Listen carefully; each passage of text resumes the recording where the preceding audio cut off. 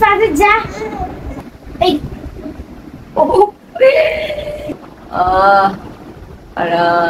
তুমি কি আমার মেয়ে আয়ান?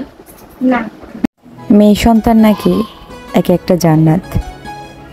অনেকেই বলে, আমাদের হাদিসেও নাকি আছে, আল্লাহ যে বান্দাকে অনেক বেশি ভালোবাসে তাকে নাকি মেয়ে সন্তান দান করে।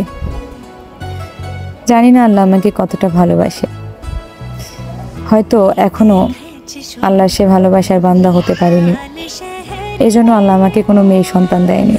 তবে হ্যাঁ, আমার আর্যর মতো একজন বেহেশতের ফুলের দায়িত্ব নেয়ার যোগ্য মনে করেছে আমাকে। মেয়ে সন্তান বরাবরই আমার অনেক অনেক পছন্দের ছিল। মেয়ে সন্তান একটু বড় হলে মায়ের অনেক কেয়ার করে, মাকে অনেক ভালোবাসে। আমার মেয়ে সন্তানের অনেক যত্ন নেব আমি, অনেক লম্বা চুল রাখবো, ছোট ছোট দুটো ঝুঁটি করে দেব, অনেক সুন্দর সুন্দর ড্রেস নিজে বানিয়ে আমার মেয়ের বাচ্চাকে পরাবো। এখানে ছোট্ট একটা কথা বলে দিই, আমি কিন্তু সেলাইয়ের কাজও পারি।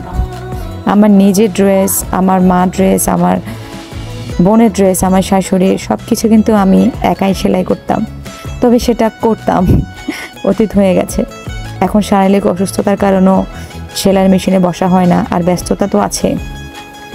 কিন্তু আজকে মনে হয় আমার মেয়ে সন্তানের সে আকাঙ্ক্ষাটা কিছুটা হলো আমার আয়ান পূর্ণ করেছে। এই প্রথম, আজকে 8 বছরে প্রথম, আর আমি মা হয়েছি আজকে 13 বছর।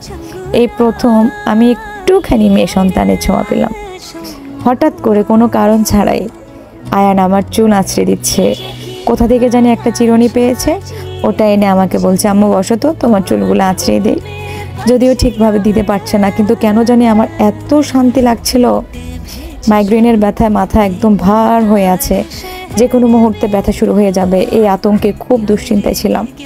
কিন্তু আমার বাবাটা যখন আমার মাথায় হাত দিল, চিরুনি দিয়ে একটু একটু করে চুলগুলা টানছিল, আঁচড়ে দিচ্ছিল, খুব ভালো লাগছিল। মনে হচ্ছে যে আমার মেয়ে সন্তান আমার মাথা চুল আঁচড়ে দিচ্ছে। এরপরে নিজে থেকে বললাম যে বাবা, আমার চুলে একটু তেল লাগিয়ে দাও না। আনফর্চুনেটলি 1 মাস পরে আমি গতকালকে চুলে শ্যাম্পু করেছিলাম, কিন্তু তেল দেওয়ার সময় পাচ্ছিলাম না।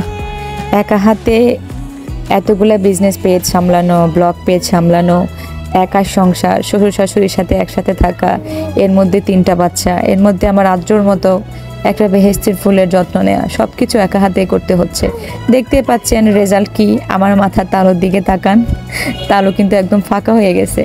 আমার বাবাটা কখনো এভাবে কি সুন্দর ছোট ছোট হাতে সে তেল নিয়ে আমার চুলে তেল লাগিয়ে দিচ্ছে। সে কিন্তু জানে না কিভাবে চুলে তেল লাগায়, তারপরও যে সে চেষ্টা করছে, সে এক জায়গাতেই বারবার লাগাচ্ছে। কিন্তু বিশ্বাস করেন, আমার যে এত শান্তি লাগছিল আমি বলে বোঝাতে পারবো না। তখনই ওর আব্বুকে বললাম যে আমার এই মুহূর্তটা তুমি ক্যামেরা বন্দি করে ফেলো।